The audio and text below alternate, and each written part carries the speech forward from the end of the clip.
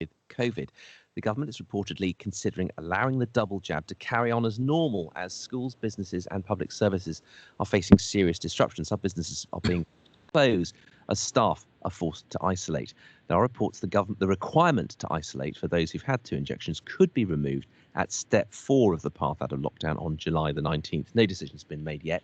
There's a meeting on Monday. Well, Dr. Bharat Pankhania, Senior Clinical Lecturer in Communicable Diseases at the University of Exeter's Medical School, is online. Good morning to you, Dr. Good morning. How would you feel about that? Well, the gold standard would be to be cautious with, even if you have been immunized twice, in other words, fully immunized. However, as a measured action going forward, I think it is okay. And my reasons are as follows. A immunized person is less infectious. And furthermore, the testing of people who are in quarantine, isolating, is pretty inaccurate. So balancing both, I think it is it will be okay. And is that based on the fact that, in your mind, have we concluded that the link between infections, hospitalizations and deaths has been broken, or at least weakened to such an extent that we can look at a different way of assessing risk? Yes, you are absolutely right. In that we are now noticing that whilst the case numbers have gone up, a proportionate similar rise in number of hospitalizations and deaths has not occurred.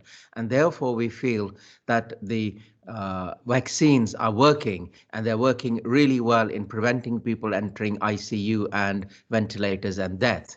And therefore, having uncoupled that, we can start thinking about other uncoupling measures as well, such as no need to quarantine after being fully immunized. But what should replace that? Daily testing?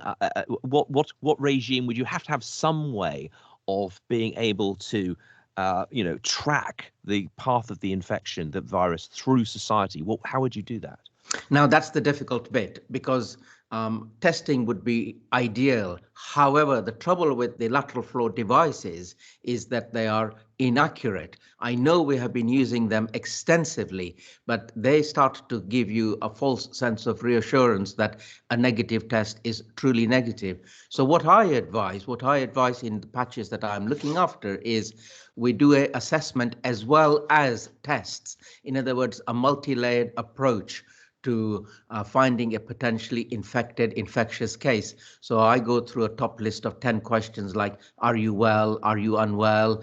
Have you got a temperature? Have you got new signs and symptoms? And what is the test result? Building up that layer of protection to otherwise prevent an infectious person being in the community.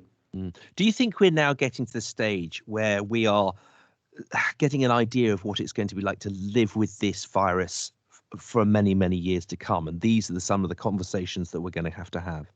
I think these are some of the conversations we're going to have, but I think the biggest elephant in the room that we are not discussing is immunization of children 12 years and above, which USA, Canada, Israel, Netherlands are doing. And I think immunization of children will also be of great benefit because it prevents transmission and rising number of cases in the older age groups. We do that for influenza. I don't see why we are not doing it for SARS-CoV-2. And the other big issue internationally is Africa, Asia, South America are very under-immunized. And if we go on to get a variant because of uncontrolled infections in those places, it could put us back to square one. Okay. Dr. Bharat Pankhania, thank you. 13 minutes past 7. It looks as if this is it. This weekend is seeing the withdrawal of all US and UK. So thanks so much for speaking to us. Thank you. Left.